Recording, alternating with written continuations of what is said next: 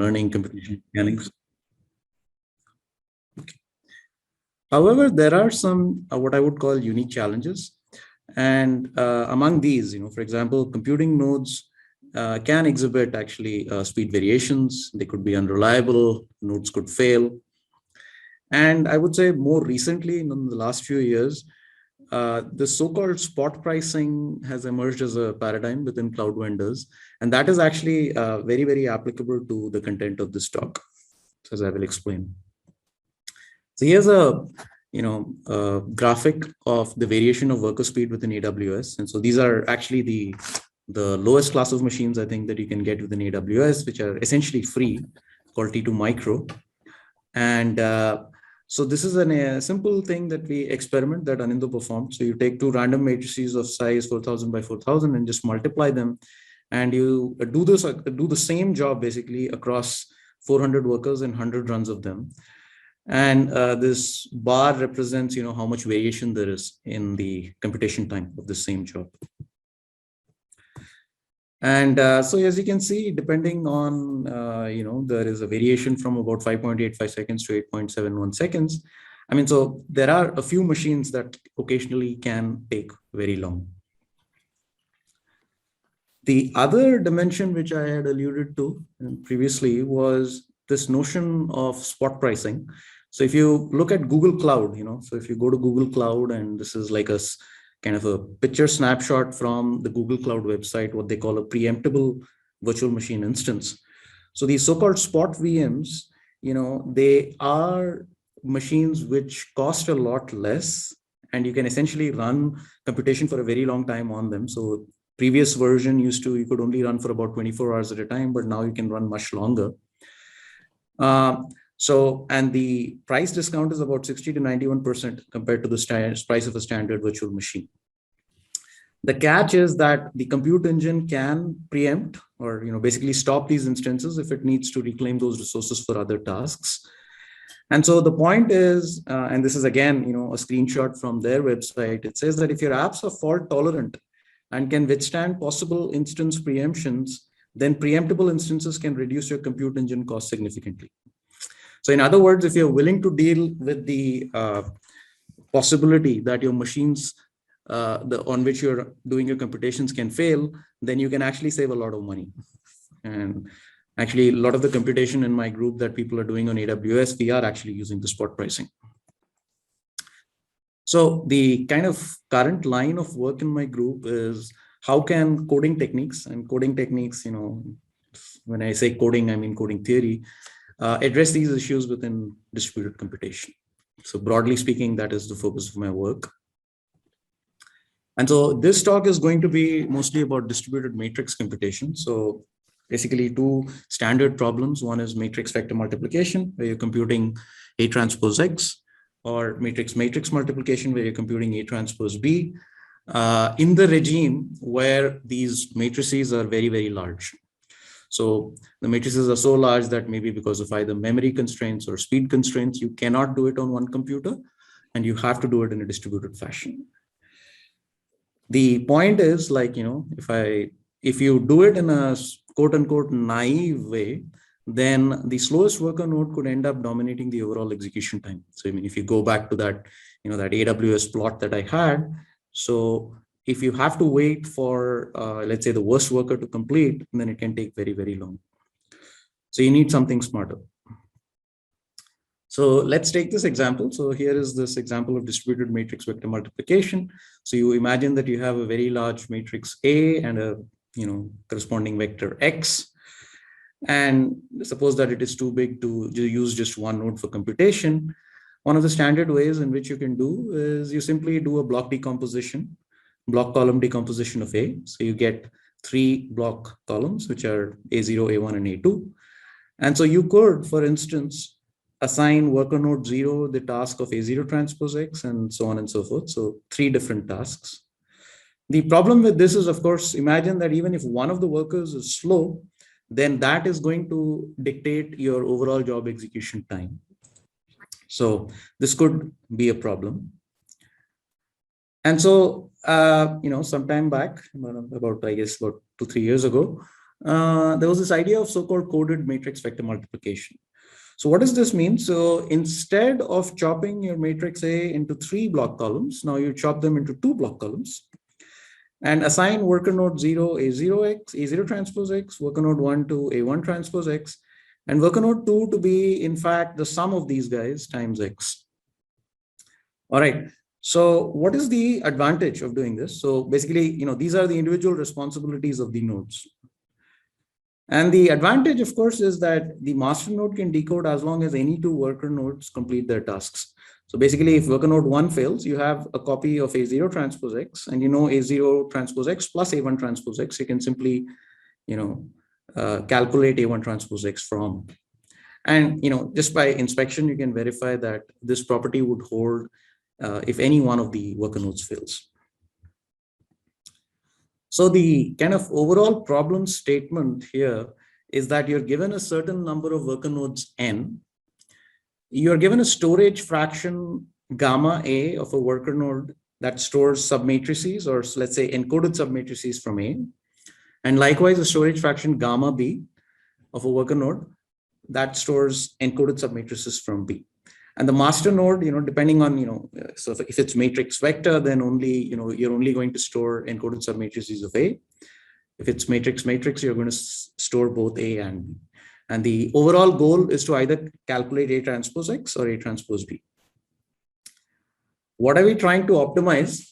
So we define a so-called recovery threshold K, which is the minimum integer such that the intended result can be decoded as long as any K out of n nodes complete their tasks. So I need to have the guarantee that as long as any K nodes complete their tasks, recovery is guaranteed as far as the master node is concerned.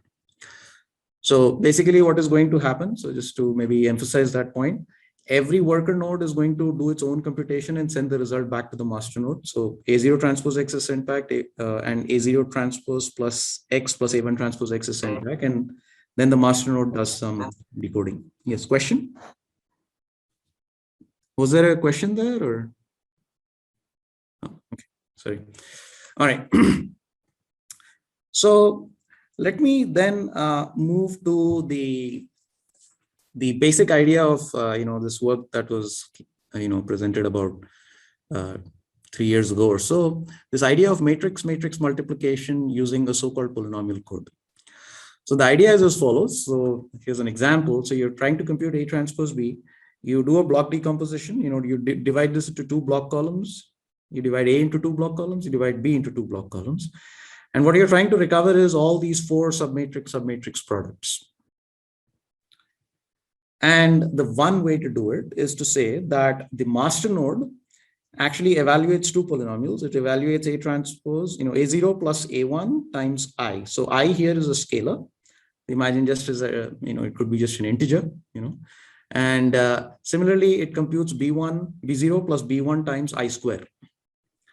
And now, so these are the 2 encoded matrices it forms for the different worker nodes, and it sends these encoded matrices. For example, worker node 0 will be getting A0 plus A1 and B0 plus B1. Worker node 2 would be getting A0 plus 2A1 and B0 plus 4 times B1, so on and so forth. Now, why is this useful? It's useful because when worker node, let's say 1, for example, does its calculation, equivalently, it is actually calculating this quantity. So for example, except that I would be set to 2 in the case of worker node 1. So essentially what you can see is that the 4 objects that we are seeking to retrieve are appearing as coefficients of a degree 3 polynomial. Okay, so what that means is that as long as any 4 worker nodes are returning their, the tasks that are assigned to them, you will be able to decode. And this is a well-known property of polynomial interpolation. So, if you pick any n by n submatrix of a m by n Vandermonde matrix, it's going to be invertible. And so, for example, here it works because any 4 by 4 submatrix of this is going to be invertible. So what it guarantees, therefore, is that even if one worker node is failing, you can still decode your result. Okay, so there are some very interesting properties of the the so-called polynomial code. So it meets the so-called optimal recovery threshold. Okay, so what I mean, so the previous example was where every worker node is getting, the recovery fraction gamma A and gamma B are both 1/2. Okay, so just to emphasize that point. So remember that we chopped A into 2 block columns. So when I send it A1 plus A2, it is the equivalent of half of the half of the matrix of A. So that's why the storage fraction is 1/2. And likewise for B. So it turns out that one can show that the optimal recovery threshold for this kind of matrix split is actually 1 by gamma A, gamma B, and the polynomial code actually meets this. However, it has some issues, like I just discussed. So the decoding involves inverting van der Waals matrices, and these are very well known to have very bad condition numbers. So when the dimension of the van der Waals matrix increases for real van der Waals matrices, they tend to have very bad condition numbers. And roughly speaking, from numerical analysis, a condition number of about 10 to the power of L leads to a loss of L bits of numerical precision when you are inverting linear equations. So, and experimentally, what we've seen is that it is practically useless for, if you have clusters with more than 30 nodes or so. Okay, so, I mean, just to drive home the point, even if we consider, if you take a noisy degree 9 polynomial, so you're trying to decode 10 unknown values. And if you simply, evaluate the polynomial and you add a little bit of noise to it. So this x-axis here is the signal to noise ratio. You see that on recovery, the performance is actually, the error is actually pretty high. So even at about 100 dB, it leads to over 5% error. So, and this can be really problematic, for example, for machine learning applications where gradient computations are often quite noisy. So this is one issue. So what I'm trying to, as I put down in the abstract, my hope was to actually, kind of give an overview of what are the open questions here and what we've done. So this is certainly an important issue within coded computation. The second issue is one of partial computations. So in most of the current works, going back maybe a year or so, the assumption is that there is no useful information that you can obtain from the stragglers. So what I mean by that is this. So, I mean, if you think about the polynomial code that I presented, the idea is that, it works, it doesn't care whether a worker node is slow or failed. So basically it is treating anything that is slow as a failed worker node, but that doesn't have to be the case. So if you sub-packetize, if you put more, if you assign more tasks to a worker node, like we've shown here on the screen. So here, every worker is now assigned 2 tasks, and it does it in the order from top to bottom. So for example, worker node 0 will first compute A0 transpose X, and then compute A1 plus A2 transpose X, and so on and so forth. So what is the advantage with this? Certainly, this is going to be resilient to the failure of one node. And again, I'm showing an example here when W2 is failing. You can see that there's enough rank in the system to decode all the unknowns. But what is perhaps a little less apparent is that, you can do this as long as any 3 tasks are completed with respect to this order. So what I mean by that is, for example, it could be the case that worker node is the fastest and it computes both its tasks, and worker 2 fails, but worker node 1 is slow but is able to compute A1 transpose X. So the point is that as long as any 3 worker nodes are able to compute their, as long as any 3 tasks are computed across all the worker nodes, you'll be able to decode. So, and here is another such example. Okay, so the scheme is resilient to 1 full straggler and 1 so-called partial straggler. So the point is that, this is a very common effect, based on, let's say, the AWS plot that I showed, and also something that needs to be taken into account when you're designing schemes that are being used for coded matrix computations. The third, I think, also very practical and important issue is, all the methods that I talked about so far are completely agnostic to the characteristics of the matrices A and B. But what happens is that, a lot of practical calculations that are done on large dimensional matrices the matrices themselves tend to be sparse, or in many problem applications, the matrices are actually sparse. So here's an example. Suppose I consider a matrix A where only, let's say, randomly chosen 2% of the entries are non-zero. And suppose I were to use the polynomial code, and in the case of, let's say, matrix vector multiplication, then when I compute this encoded submatrix, so for example, for worker node, I'll be taking the sum of A0, A1, and A2, and the sparsity pattern, the number of non-zero entries in this encoded matrix is going to go up by 3 times. Now, this is a problem because, if you compute, let's say, for example, A transpose X, if I call the time computed for it to be alpha, then for, if I do this block decomposition, right? So the time to compute A0 transpose X is going to be alpha by 3. But now if you calculate these encoded matrices, when you take their sum, the number of non-zero entries has now gone up 3 times. So just to compute, just for one worker node to do its tasks, it's going to take about alpha amount of time. So you're losing the benefit of distributing the computation across different worker nodes. And so this is actually a pretty severe hit in computation time. So the third open issue, as I would call it, is to try to design schemes that work in the case of sparse input matrices. Okay, so at this point, if people have any questions or stuff, please do raise your hand. Or, I don't know whether I can see if maybe, or just, unmute yourself and speak, please. Yeah. All right. So I'll give a quick overview of what we have done on these 3 different topics.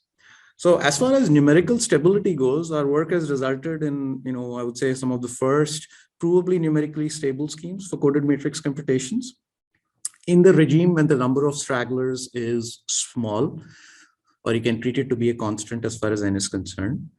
So we have actually 2 different approaches here. So the first approach is we leverage the properties of rotation and circle and permutation matrices, and these are matrices that actually have eigenvalues on the unit circle. And this is an approach that I'm actually going to be talking about in this talk because, based on the time, I had to decide what to talk about and what not to. We also have a so-called convolutional coding approach where we are able to, determine a computable worst case upper bound on the condition number. And this scheme also has very efficient decoding. And so the references are below here, and all these papers are available from my website as well. But as I said, in this talk, I'll try to mostly give an overview of what approach 1 entails. The second, as far as the second issue is concerned, we have designed schemes that are judiciously able to use partial computations by worker nodes.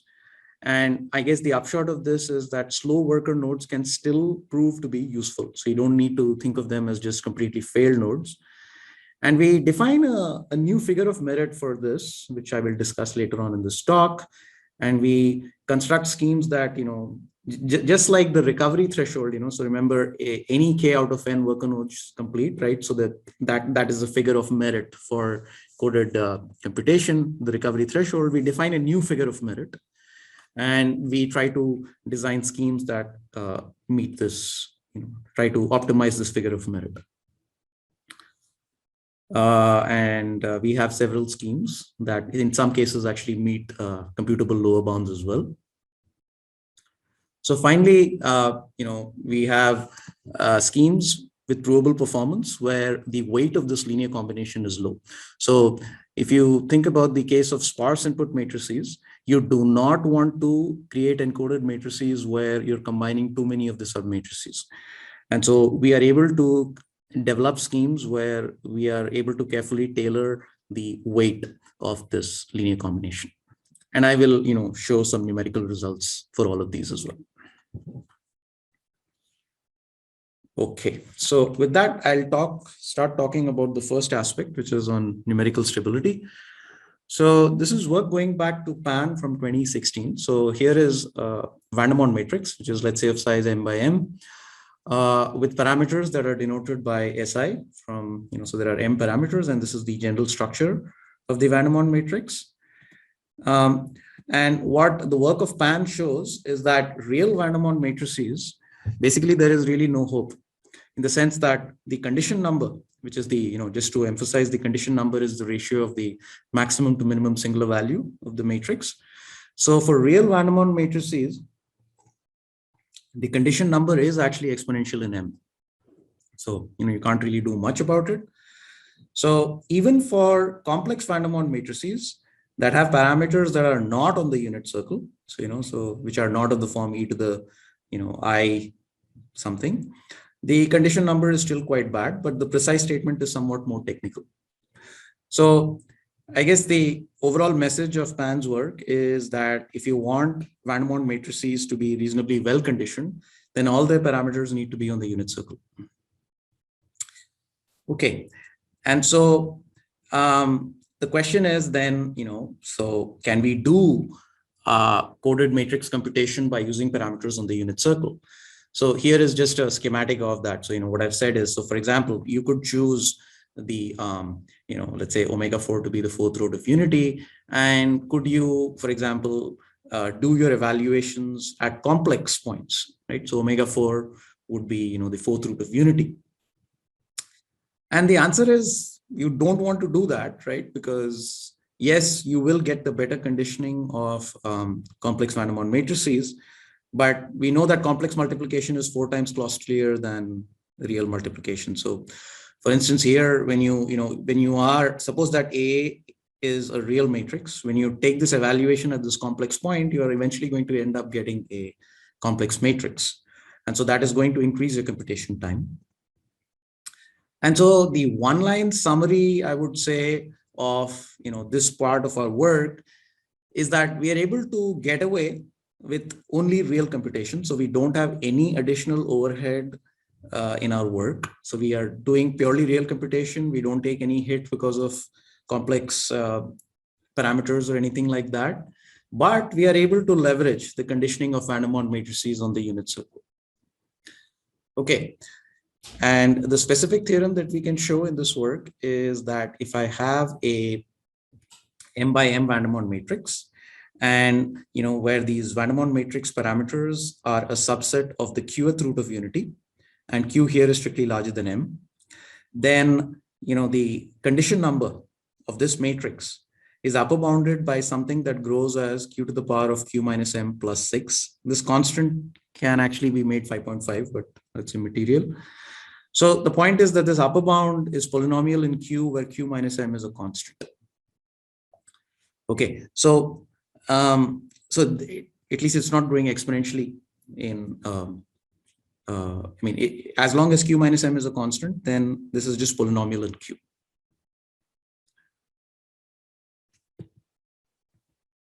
So what is the brief sketch of the ideas of this part of the work? So we use real matrices with eigenvalues on the unit circle. So for example, if you pick the rotation matrix, it's a real matrix, but it has eigenvalues that are e to the j theta and e to the minus j theta. So j here is the square root of -1.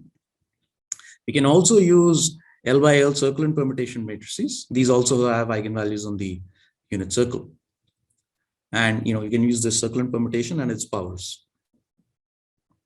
So the whole idea is, at a very top level, the whole idea is that instead of actually taking a evaluation of, instead of computing a linear combination of the submatrices of A, instead of evaluating them at some polynomial point, valuation point, we're actually evaluating them at in some loose sense at these rotation matrices. Okay. So there is some abuse of notation in this slide. So the matrix dimensions are not compatible. But what I am really trying to say here is that, for example, if you look at, let's say, the first column of this matrix, the corresponding scalars are multiplied by these guys. Okay, so you will do a further split of your, instead of dividing A into K columns, you will divide it into 2 times K block columns. And then the evaluation, for example, in the case of 3 worker nodes would go like this. So for worker node 0, you will first assign it the task of, A00 plus A10 times X. So this would be corresponding to, this would be corresponding to the 2 columns of this, right? Both of these are identity. So that gives you the assignment for worker node 0. For worker node 1, you will take the first column of this block matrix and the second column of this block matrix, and that will give you this assignment. So that will ask worker node 1 to compute this thing here and this thing here, and so on and so forth. So what ends up happening is, so just for this very, very toy simple example, suppose that we have that worker node 0 and worker node 1 complete their tasks and we miss worker node 2. Then the decoding in this particular case, just amounts to examining the conditioning number of the this 4x4 matrix, right? So where the top row is identity and the bottom row is our, the rotation matrix and its square. And so here again, you can use the eigenvalue decomposition, right, of our theta, which tells you that the eigenvalues are sitting on the unit circle. And so therefore you can conclude with just a little bit of work that the condition number of this guy is the same as the condition number of a block diagonal matrix, where each of these guys looks like a van der Waals matrix which has parameters on the unit circle. And so then you can leverage the result of PAN 2016 and show that there are strict upper bounds on the growth of the condition number of this matrix. So I do want to say that, I only talked about the case of the matrix vector multiplication. There are some non-trivialities, I would say, that come into play when you talk about the case of matrix multiplication. But again, I don't want to go into that right now. I'm happy to talk about that offline. Okay, so here are some basic numerical experiments. So if you consider a system with 31 workers, where it is storing 1/4 fraction of A and 1/7 fraction of B, this means that the recovery threshold can, the best recovery threshold you can hope for is 28. So if we apply that basic polynomial code approach that I told you earlier, that was taking evaluations at real points, the log to the base 10 of the worst case condition number is about 14. So essentially somewhat useless at this point. And here are two other competing methods that I have shown. And you can see that for our method, which is this rotation matrix based, it has the best performance. So the worst case condition number over all possible recovery sets is about at most 10 to the power of 2.6. You can also do the corresponding numerical experiments in terms of actually, decoding and calculating the result and computing the Frobenius norm. I think this should be Frobenius. I don't think it is spectral. So, okay. And again, we can show clearly that the normalized mean squared error in our case, which is this one here, is the best for our scheme. And it matches, basically sits right on top of what you would get if you were using complex evaluation points on the unit circle. And that is exactly what the theory also predicts. Okay, so that was an overview of numerical stability. I'm happy to take any questions if people have any here before I move on to the next part. All right, okay. So if not, I'll go on to the next part, which broadly talks about, how we design schemes that use partial computations and how we deal with sparse input matrices. So essentially the idea is that, you subdivide the matrix A into more number of blocks. Okay, so you do what I call a more fine-grained subpacketization. So here that number is given by delta. So this is like a design parameter, so to say. And we place the equivalent of L encoded submatrices of A in every worker node. So that respects your storage fraction gamma. And the worker nodes are going to sequentially process blocks from top to bottom. And the computation is considered complete when any Q blocks are processed.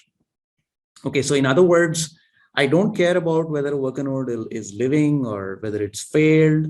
And I don't even want to model this relative speed difference between different worker nodes. All I care about is I throw a certain number of tasks at the worker nodes, and these worker nodes have a specific order in which they are processing from top to bottom.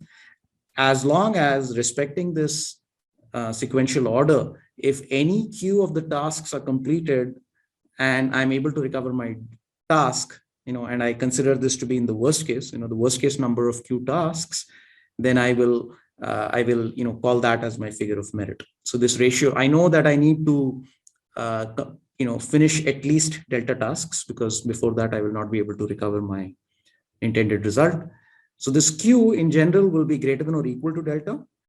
And so I want to see how much can I ensure that this does not increase beyond delta. So try to maintain that ratio as close to 1 as possible. So let me make this a little more precise. So suppose I chop my matrix into 3 parts. This was the first example that I gave, but now I assign more tasks to worker nodes, right? So here, worker node 1 first computes A1 X. I mean, there should be an A1 transpose, but doesn't matter. So first computes A1 transpose X, and then is going to move on to A2 transpose X, and so on and so forth. So there's like a cyclic shift here, if you will. And here you can see, for example, that, suppose worker node 1 is very fast. It computes A1 transpose X and A2 transpose X, and worker node 2 computes A2 transpose X. You're still going to be waiting, because you're waiting for this third copy, which is in A3 transpose X. So here, even though you could, at the bare minimum, you should be able to get away with doing 3 tasks. In the worst case, you can show that you'll at most be computing 4 tasks. Okay. So in other words, this is a simple fix to that original example that I gave, in the sense that, in this case, if one node fails, then you're completely, in the original example, if you did not have this bottom layer, if one node failed, then you were completely stuck. But here, you could get away with doing, let's say, 33% more computation, but you're at least guaranteed to recover. And that was a very straightforward example. You can make things a little more involved by doing, careful encoding of submatrices. So here's an example where, the first assignment to every worker node is actually uncoded. So you're not taking any linear combinations, but the next one is actually encoded. And in this case, you can show that Q is exactly 3. So, you don't lose anything in terms of the worst case computation. So Q by delta ratio is 1. But so as long as any 3 tasks are complete, you'll be able to decode your result. So this is a partially coded solution. So within this, so our first design, so to say, in this work was an uncoded plus cyclic assignment, which goes basically like this. So if you have, let's say, a system with 5 workers, and let's say you have a storage fraction of 3/5. So, and we are not going to be doing any coding here. It is just a, interesting placement of the assigned workers, of the assigned tasks. So we are simply going to be chopping the job into 5 different parts. We're going to place A0, A1, and A2 here, and then cyclically shifted A1, A2, and A3 here, and then so on and so forth. Now, this has some interesting properties. Every copy of a worker is repeated 3 times. So as long as you're guaranteed that you can have at least 1 copy of a task finish, then you're guaranteed to be able to recover your intended result. So this tells you right away that the scheme is going to be resilient to 2 full failures. So if any 2 worker nodes fail, you'll still be able to recover the result. More interestingly, what we can show is that, for example, here, you see that, suppose that I'm focusing my attention on A4 transpose X. So A4 transpose X appears once at the bottom, once in the middle, and once at the top. So you can accumulate, you can process at most 9 tasks without processing a copy of A4 transpose X. And so in this particular case, you can show that your Q is going to be 10. Okay, so your ratio, this Q by delta ratio, for example, here is going to be 2. And that is to be kind of expected because we are not doing any encoding of the submatrices. But what is interesting here is that we can show that this is the best possible you can do. In other words, this matches a corresponding lower bound on Q. So this construction that I've shown here actually is the optimal in this particular case. And we show that in our work. But you can make things more interesting, of course, with non-trivial coding, as I've already shown you in the previous example. So here's the overall problem setting here.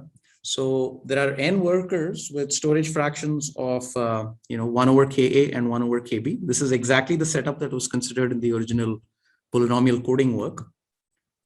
So our scheme will show has the optimal straggler resilience. Okay. So as long as any Ka times Kb workers finish their tasks, you can decode. It has a low Q over delta value, this Q over delta metric that I discussed. And furthermore, it is suitable for sparse input matrices because, as we'll see, several of these assigned submatrices are uncoded.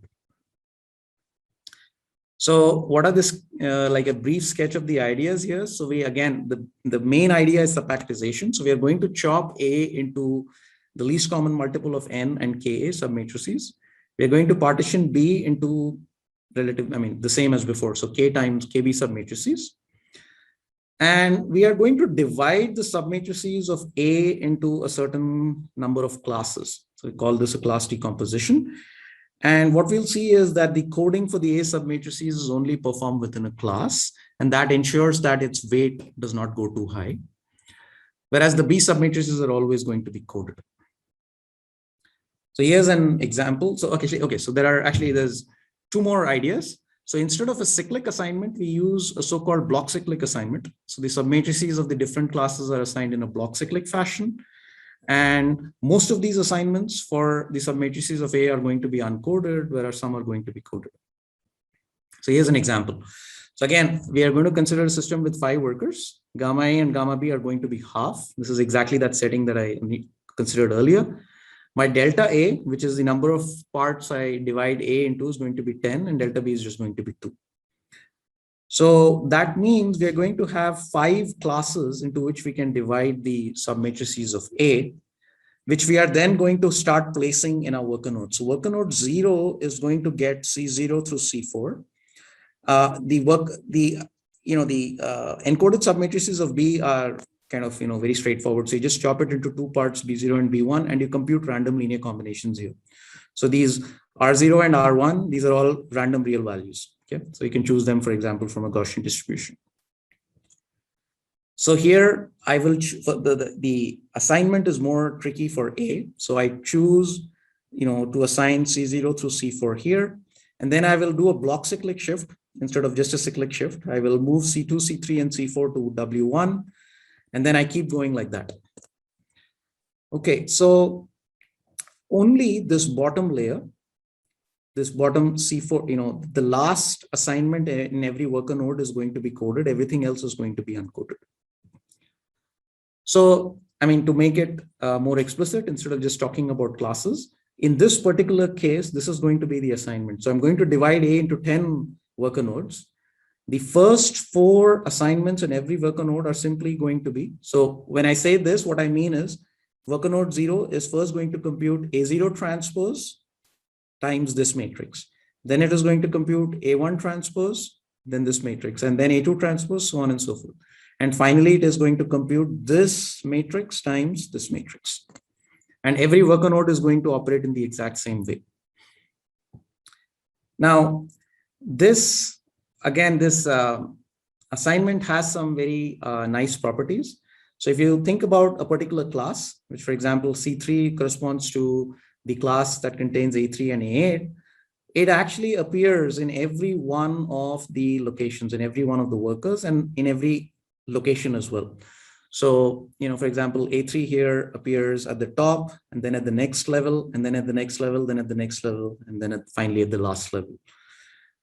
So it turns out that we can show using some of these properties, and again, I'm not going to the proofs here, we can show that the scheme is going to be resilient to 1 failure, and the Q is going to be 23, and delta here is 10 times 2, which is 20. So you're going, that ratio is 23 by 20.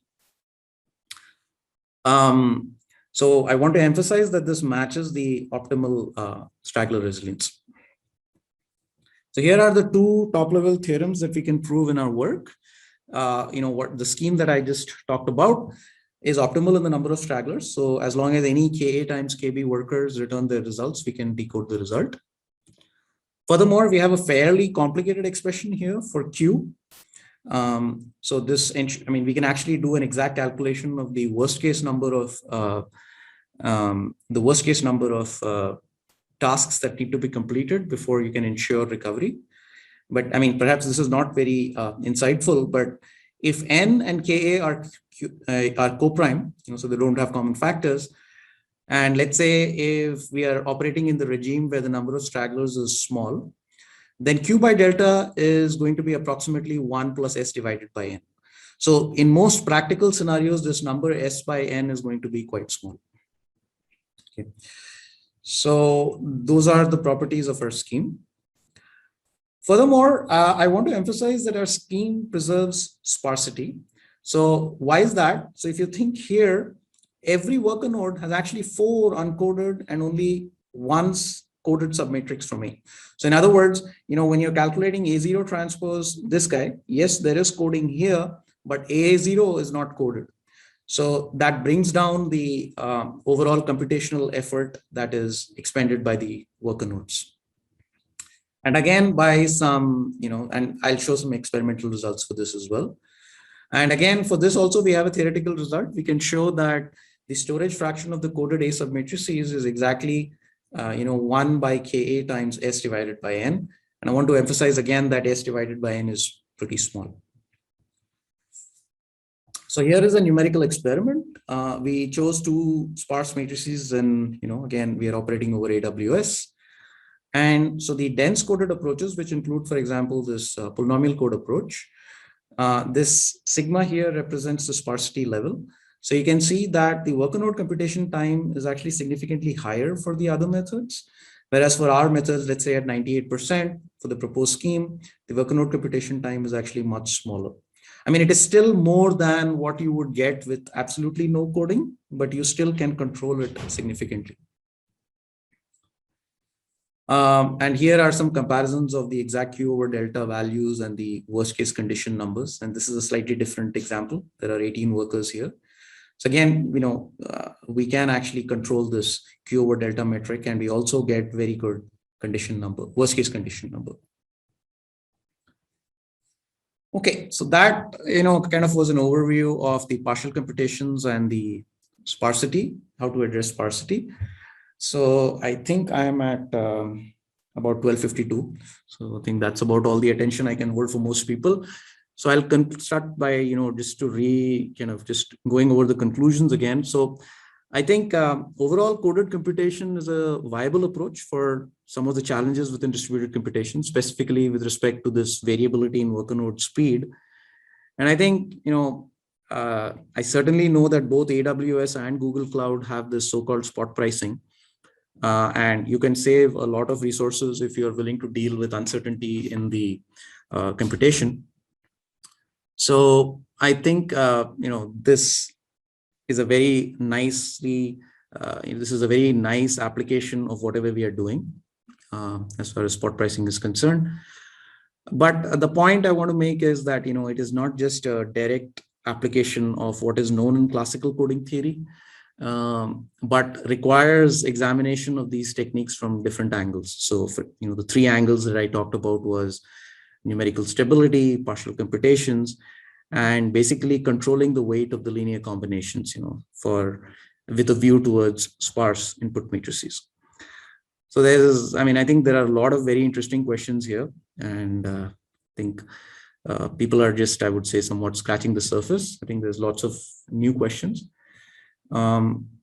Definitely, a big open question here is that whatever I talked about is basically either a linear problem or a bilinear problem. If you think about arbitrary problems, you're not always just interested in computing, doing matrix computations, although matrix computations are, very, very important in their own right. For arbitrary problems, as you can see that, a lot of whatever the techniques that I discussed are very well, they adapt very well to the linear and bilinear problems. So for arbitrary problems, I think it's, I would say, largely wide open, whether in terms of, provable approaches, or whether in terms of even techniques that actually work. So I think there's lots of open questions there. Okay, I will stop here and I'm happy to take questions. Thank you. Thanks, Aditya. Questions? We have some time.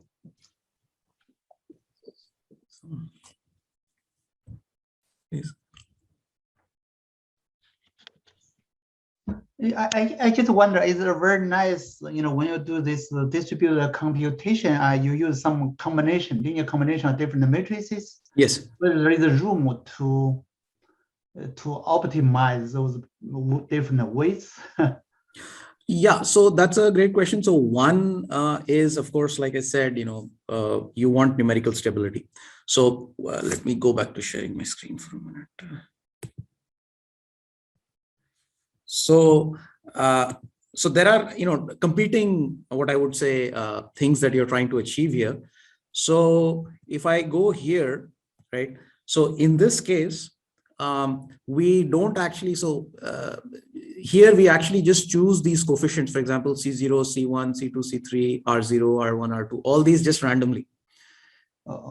Okay. So randomly from, let's say, a Gaussian distribution. Oh, you mean that randomly would be the best in this kind of situation? Or? Yeah, so that's exactly what I was coming to. So that's what we are doing right now. Okay. It is not clear whether it is the best. So numerically, what we can see here is that it gives us condition numbers that are actually better than what has been proposed in previous work. But there is definitely room to understand whether it is possible to pick these in some systematic way so that we can prove that condition numbers are even better. I see. Yeah. The reason I ask is because recently some, a topic quite getting more popular. It's called implicit layers. I see. So basically, you have computer like you do, you have a training algorithm. You already have updates. Then you wanted to speed up using some previous, the updates. So we need to do some, combination. How to use that? I see. That's the place, there is a room to learn those parameters to improve the speed to make it as fast as possible. Something like that. Yeah. Okay, definitely. Yeah, we can. I'm happy to chat about this. Yeah. So, as far as coded computation goes, the objectives, as I said, or figure of merit, you want to make sure that you can, that you are, resilient to failures, right? So that's one. You want to make sure that you are, in the worst case, not doing too much computation. So that was that Q by delta metric. So, so you want to ensure that as long as any Q tasks are complete, you can decode your answer that you want. And on top of that, you want numerical stability. I see. Sure. Yeah. Yeah. And of course, the third competing is the case when you have input matrices that are sparse. You don't want to take too dense combinations of them because that gives a direct hit in the worker node computation. So these are the competing things, and it's like a design space, so to say. Yeah, you have three things, in consideration. I guess. Yeah. Yeah.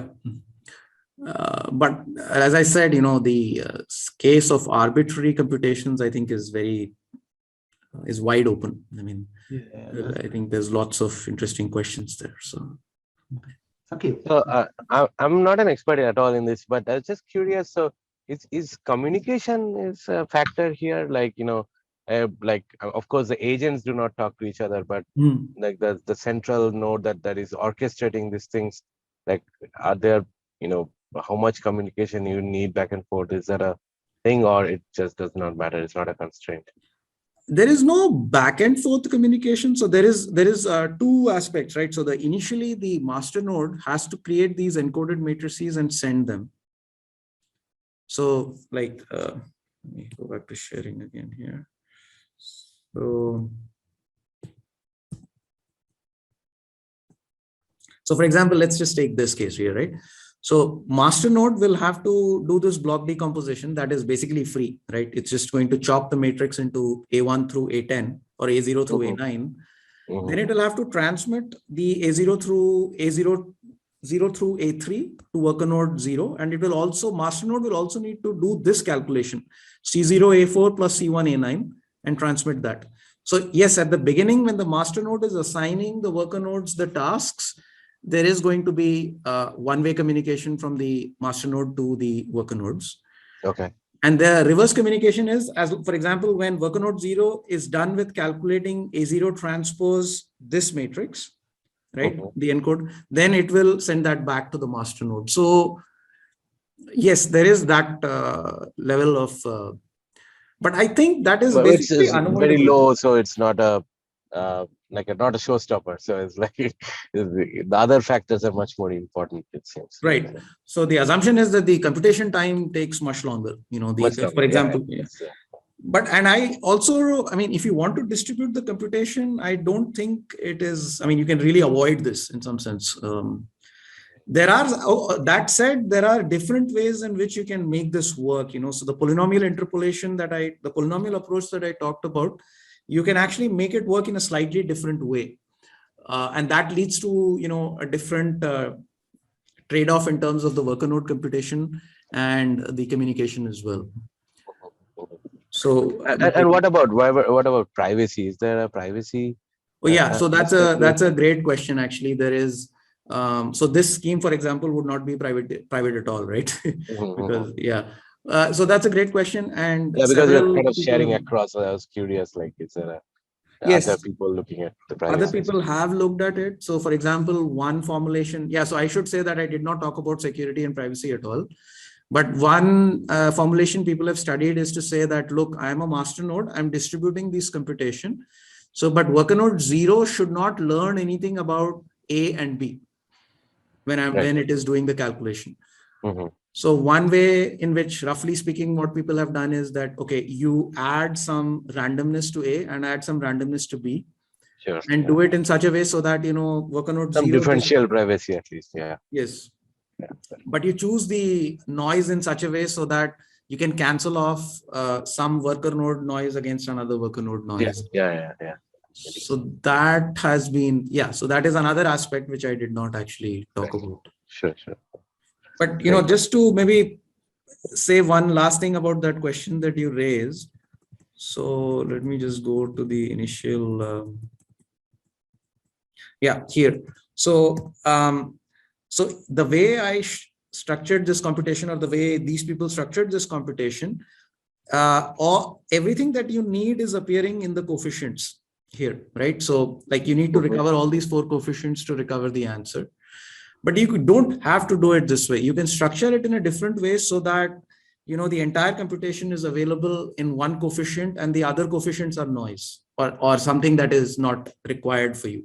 Right. And that leads to a different trade-off. Got it. Yeah. Okay. Understood. Cool. So again, thanks very much. Really appreciate the talk. And like I said, so I'll catch up next semester. I hope you have a good Thanksgiving break and a good, holiday break. We'll see you. Bye. Thank you very much. Bye.